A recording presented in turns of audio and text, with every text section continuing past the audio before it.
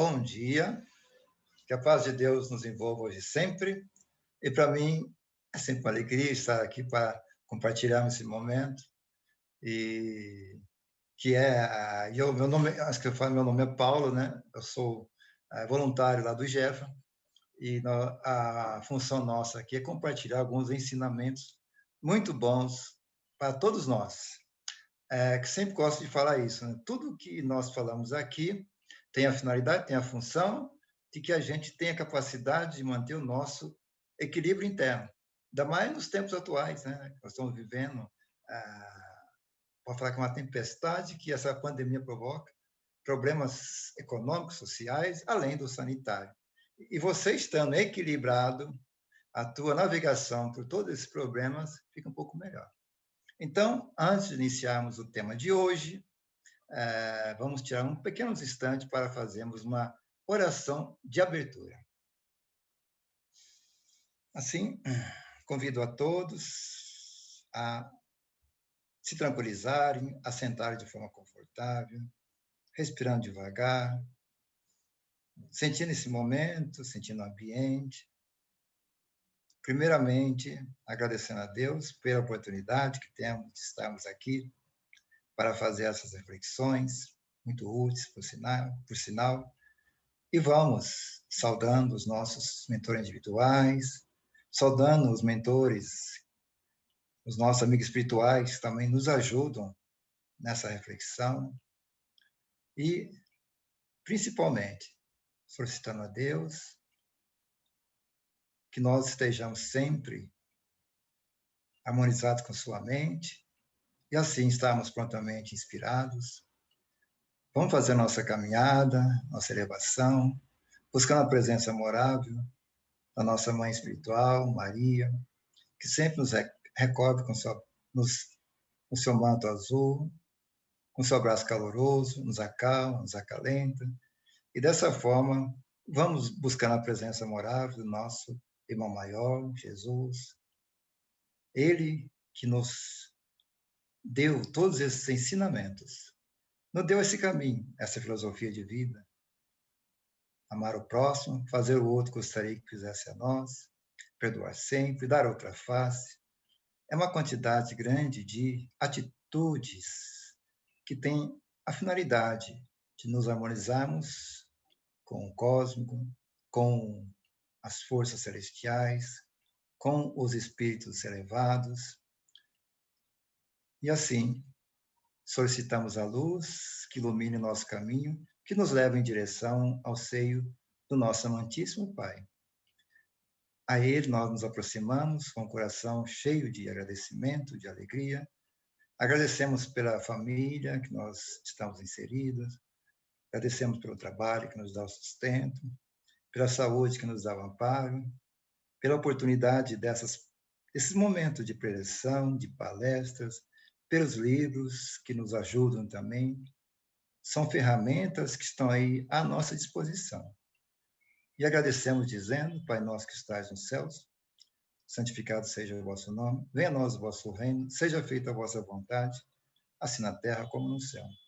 O pão nosso cada dia dá-nos hoje, perdoa as nossas ofensas, à medida que nós perdoamos a quem nos tem ofendido. E não nos deixes cair ante as tentações, mas livra de todo mal. Pois vosso reino, o poder e a glória para sempre. E assim, solicitamos as bênçãos de Deus, de Jesus e o apoio de nossos amigos espirituais para dar início ao nosso trabalho de hoje. Que assim seja, graças a Deus. Assim, o tema de hoje é o tema 16, cujo título é Não Te Perturbes, aqui do nosso livro Fonte Viva, que também nós sempre sugerimos que lá em casa, com tranquilidade, leiam também. Porque o que Emmanuel, através do Chico Xavier, fez? Ele pegou vários tópicos do Evangelho e deu um entendimento a mais. Então, tudo o que nós vamos falar aqui é um trechinho do Evangelho em que ele destrincha, acresce e que nos ajuda a fazer nossas reflexões. Então, vamos iniciar né? Aqui, tempo inicia com uma situação evangélica. E aqui traz uma... Está lá em Romanos 7:10. E diz assim: E o mandamento que era para a vida, eu achei que me era para a morte. São palavras de Paulo. E o texto destrincha dessa maneira: se perguntássemos ao grão de trigo que opinião alimenta acerca do moinho, naturalmente ele responderia que dentro dele encontra a casa de tortura, em que ele se aflige e sofre. No entanto, é de lá que ele se ausenta aprimorado para a glória do pão, a subsistência do mundo.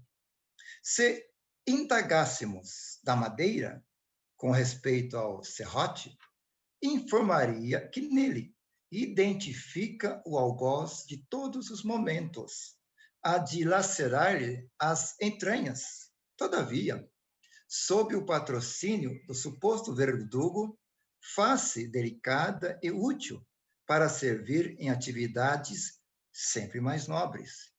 Se consultarmos a pedra com alusão ao buril, certo esclarecerá que descobriu nele o detestável perseguidor de sua tranquilidade, a feri-la, desapiedado, dia e noite. Entretanto, é dos golpes dele que se eleva aos tesouros terrestres, aperfeiçoada e brilhante. Assim, a alma, assim, a luta. Peçamos o parecer do homem quanto à carne, e pronunciará talvez impropriedades 1000. Ouçamo-lo sobre a dor e registraremos velhos disparates verbais.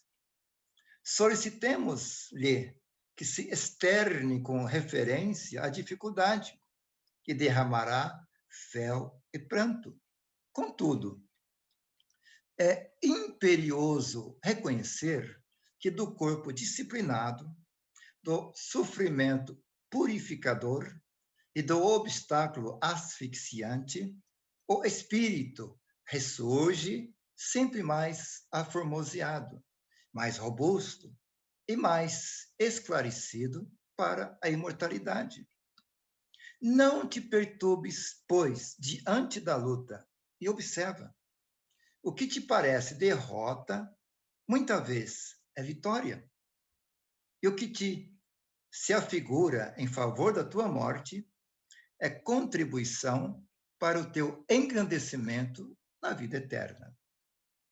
Assim, para ilustrar esses ensinamentos, vou trazer aqui algo falando de Paulo, porque ele cai certinho na descrição aqui que nós fizemos agora há pouco. Por quê? Paulo, desde que caiu de joelhos na estrada de Damasco, despertou a consciência para a espiritualidade. Tanto que, quando a gente quer se referir a uma pessoa para mudar a sua vida, para fazer uma transformação moral, a gente sempre faz essa referência a essa estrada de Damasco. Havia algum tempo que ele se sentia triste e revoltado. Culpava os cristãos pela perda da mulher amada e pelos acontecimentos negativos de sua vida. Questionava a si mesmo se conduzir a sua vida de a maneira correta. Na estrada de Damasco, aí ele tem o encontro com Jesus. Ele vê Jesus e perde a visão física. Ficou cego para o mundo, mas abriu os olhos da alma para a espiritualidade. A luz de Jesus iluminou suas trevas. Aí ele caiu de joelhos em frente a Jesus, resignado, e pergunta humilde: Senhor, o que queres que eu faça? Paulo somente conhecia a sua velha vida e nada sabia da vida nova, espiritual, que se iniciava naquele momento.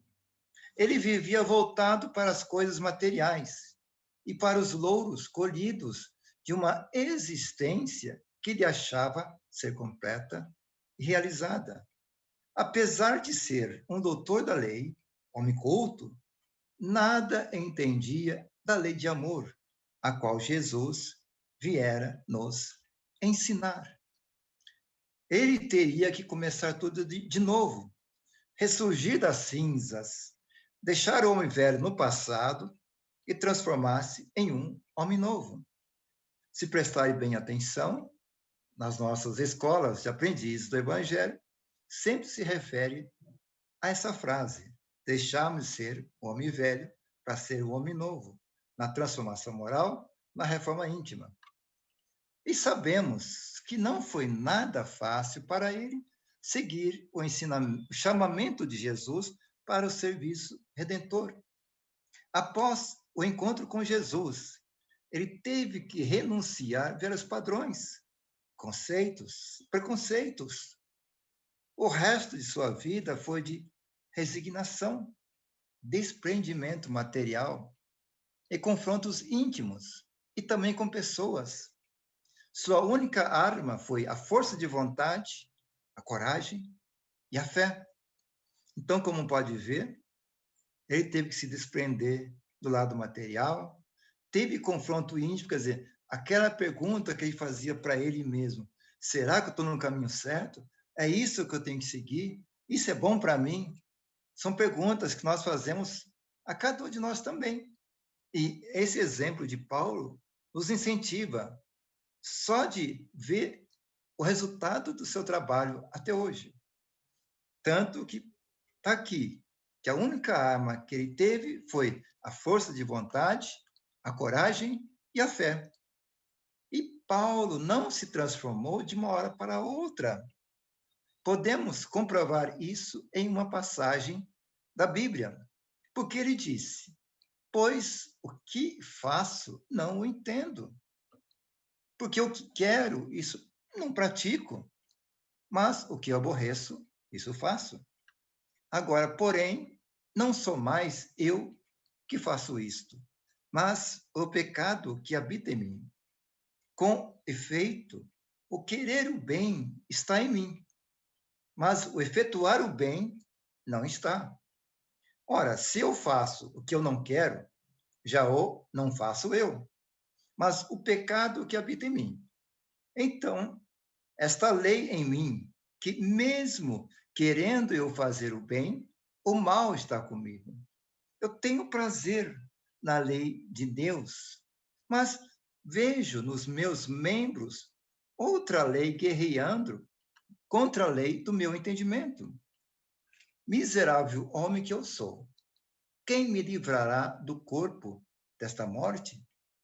Graças a Deus, por Jesus Cristo, nosso Senhor, de modo que eu mesmo, com o entendimento, sirvo a lei de Deus, mas com a carne, a lei do pecado. Nessa passagem, o que nós vemos? Vemos a luta e o conflito de um homem para mudar o mal que existe em si mesmo. É interessante como que isso aplica a cada um de nós. Nós estamos lá também lutando contra o mal que está em nós. Eu quero seguir os ensinamentos de Jesus, mas a Karen está dizendo, não faça, não faça. E esse conflito perdura. Paulo sofreu, lutou e venceu o mal que estava em seu interior. Vemos que, assim como Paulo, nós sofremos conflitos entre o bem e o mal que ainda existem em nós. Muitos entram em contato com o espiritismo através da dor.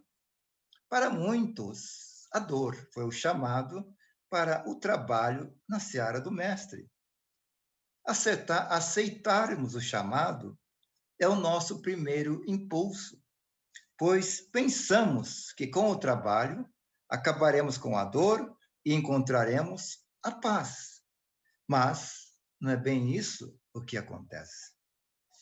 Sempre observamos que nos falta algo, pois, apesar do nosso esforço, não nos sentimos felizes. Chegamos à conclusão de que não é fácil seguir o caminho do aspirante espiritual.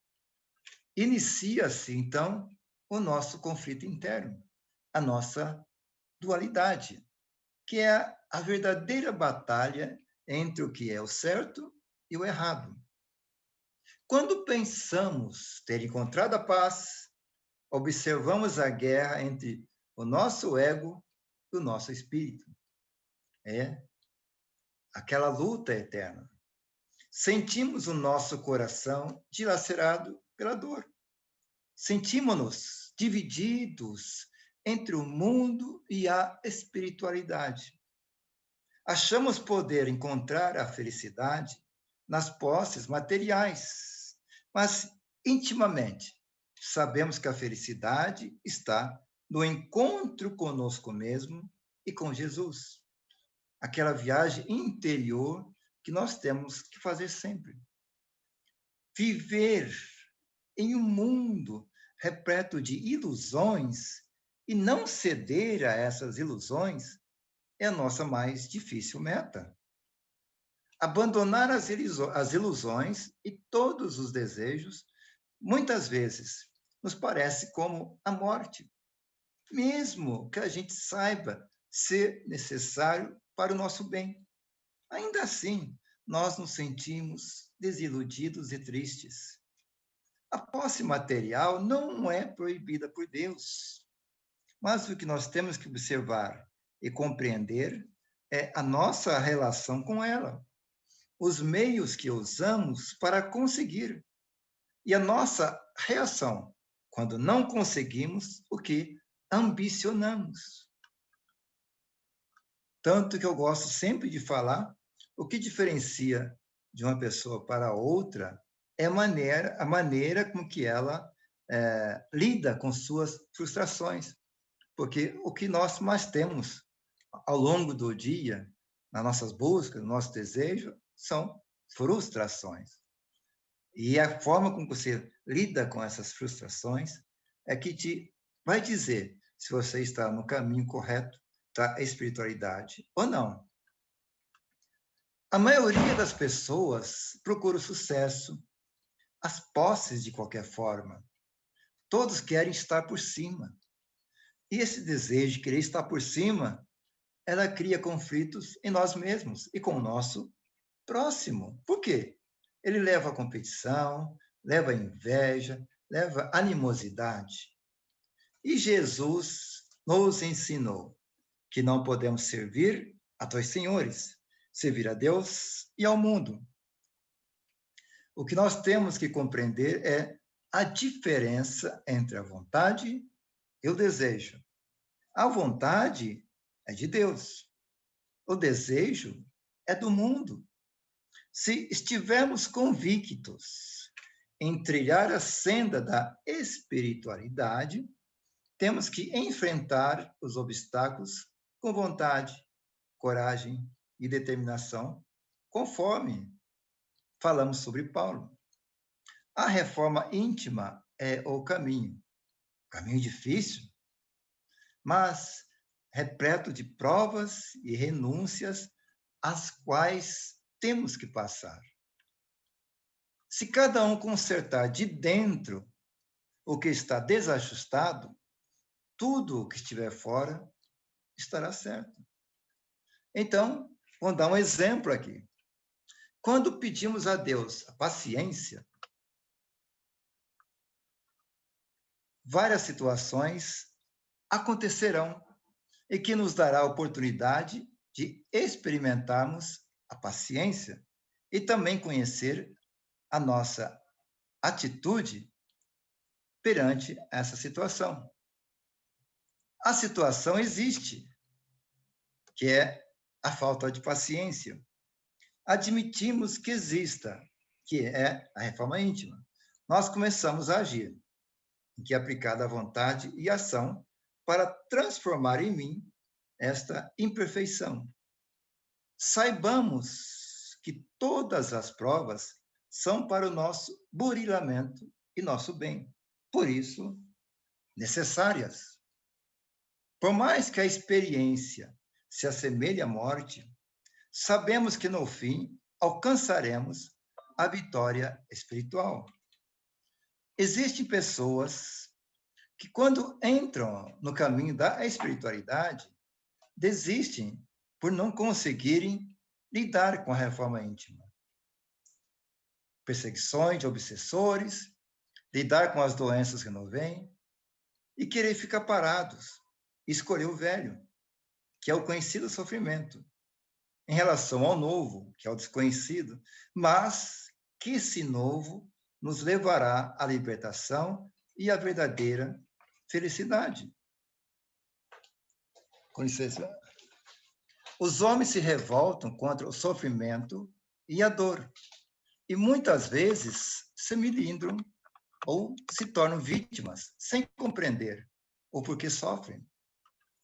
Tanto que disse Emmanuel, vamos repetir. É imperioso reconhecer que do corpo disciplinado, do sofrimento purificador e do obstáculo asfixiante, o espírito ressurge sempre mais aformoseado.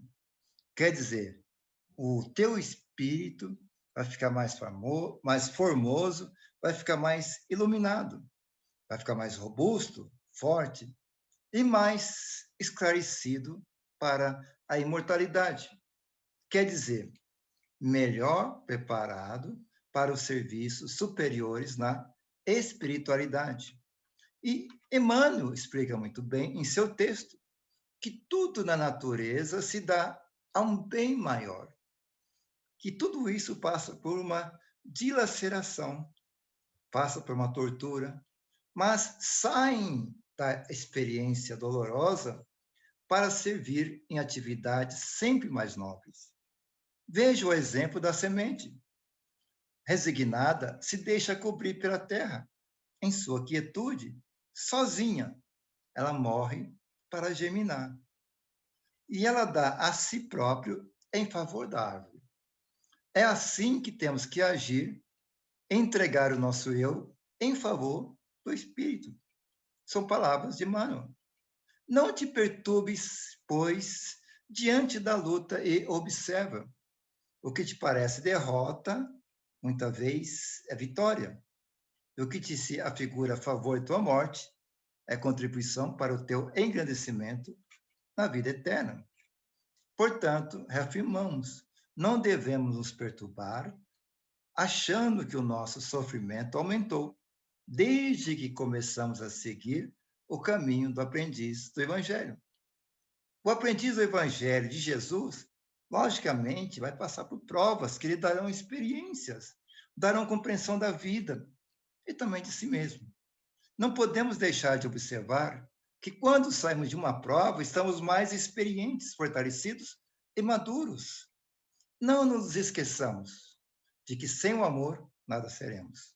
O amor surge na compreensão de nós mesmos e nos leva a compreender, ter compaixão e amar o próximo com a nós mesmos. Então, deixe então uma oração para a reflexão, é a oração para a serenidade. Deus dá-me a serenidade para aceitar as coisas que eu não posso mudar, coragem para mudar as coisas que eu possa e sabedoria para que eu saiba a diferença entre elas, vivendo um dia de cada vez, aceitando as dificuldades como um caminho para a paz. Nessa oração podemos destacar 4 virtudes que são comportamentos básicos, essenciais para a aquisição do equilíbrio e da harmonia com o mundo em que vivemos. Serenidade, aceitação, coragem e sabedoria. Assim, chegamos ao fim da nossa reflexão desse tema, não te perturbes. Para encerrar, como sempre, gosto de contar uma historinha que se encaixa geralmente com o tema.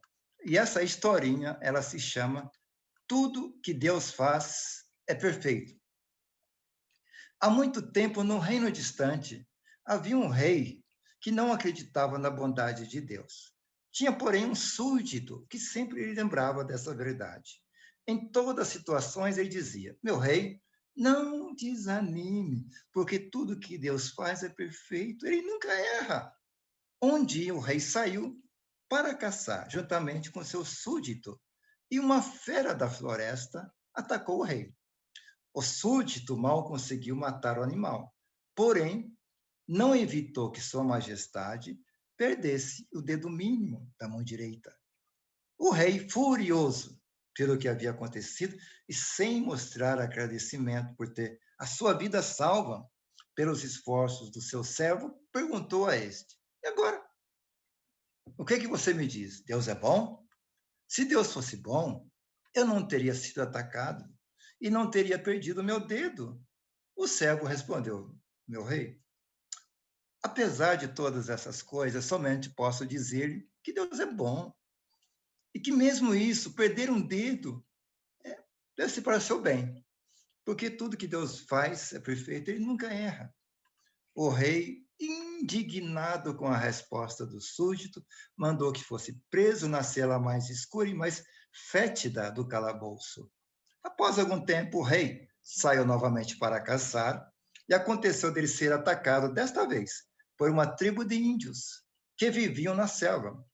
Estes índios eram temidos por todos, pois se sabia que faziam sacrifícios humanos para seus deuses. Eles mal prenderam o rei, passaram a preparar, cheio de júbilos, o ritual do sacrifício.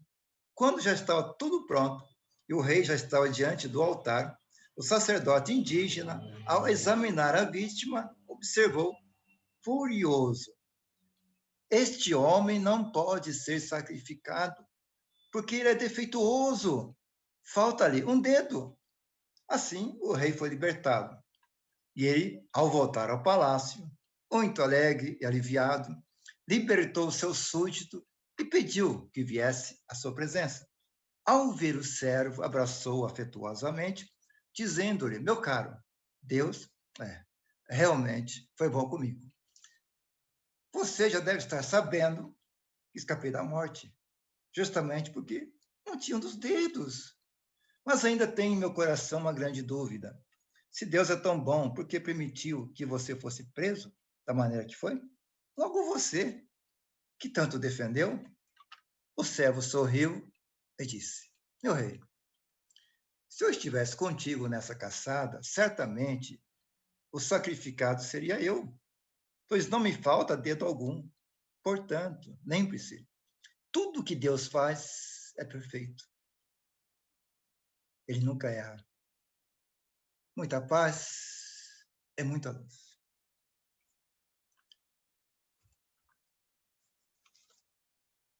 Assim, para encerrar, vamos fazer as vibrações finais. A gente sempre sugere a quem quiser que coloque alguma vasilha com água do lado, para que se possa fluidificação nesse momento de vibrações. Assim vamos nos concentrando interiormente, sentindo essa energia luminosa que está em nosso coração, que é a energia do amor de Deus que está no nosso coração. Vamos mentalizar, todos nós, que essa luz cresça e vai percorrendo todo o nosso planeta, cobrindo todas as áreas, todos os países, todos os locais que estejam vivendo conflito, guerras, desastres naturais, problemas, pandemias, todo tipo de sorte, de dificuldades, que essa luz vai dominando todos os governantes para que eles tenham o tino necessário, a inteligência, a sabedoria de conduzir os seus povos à paz, à fraternidade, à solidariedade, que ilumine todos aqueles que estão à frente das instituições religiosas, que realmente levem a palavra de Deus à sua maneira, a cada um dos seus seguidores, dos seus profitentes, e que ilumine de forma especial o Espiritismo, as casas espíritas, cada um com sua forma de agir, com seu tipo de passes, de ajuda, de orientação, iluminando todos os cursos que são ministrados nessas casas, todos os trabalhos de assistência dos assistidos, que ilumine todos os trabalhadores para que sejam prontos, preparados para atender os assistidos, e que essa luz também ilumine todos os assistidos, aliviando os problemas que eles vêm à casa para tentar sanar, minorar, e que essa luz ilumine todas as instituições que buscam a cura do corpo, da mente, todas as instituições que buscam dar abrigo, agasalho, aos idosos abandonados, crianças abandonadas, que ilumine os nossos irmãozinhos parados pelas ruas, vítimas das drogas ou outros problemas, e principalmente nos dias atuais, nossos irmãos que vivem o flagelo do desemprego, e que essa luz ilumine aqueles que estão no plano espiritual, mas nas áreas de sombra, vários suicidas, a crosta, que ilumina aqueles que estão partindo, passando pela grande transição, e outros que estão retornando para mais um período aqui na nossa Terra, e que essa luz continue, ilumina aqueles que estão encarcerados, que eles consigam entender a situação que estão vivendo, e de forma especial ilumina o CVV no seu trabalho de demover as pessoas do caminho errado do suicídio. E de forma especial, vamos iluminando todos os nossos corpos, os corpos médicos, enfermeiros que estão atuando no fronte, no combate da pandemia, que está levando muitas pessoas a se desencarnarem, que eles consigam ter a força necessária, e aqueles que estão lá recebendo os tratamentos adequados, que consigam ter o alívio necessário, e que essa luz continue, ilumine a casa de cada um de nós, entrando por todos os cômodos, sala, cozinha, quarto, iluminando a casa, protegê-la de qualquer influência nefasta, ruim, e que essa luz ilumine cada um de nós, e que nós estejamos sempre fortalecidos na fé. Que assim seja, graças a Deus. Obrigado, até uma próxima.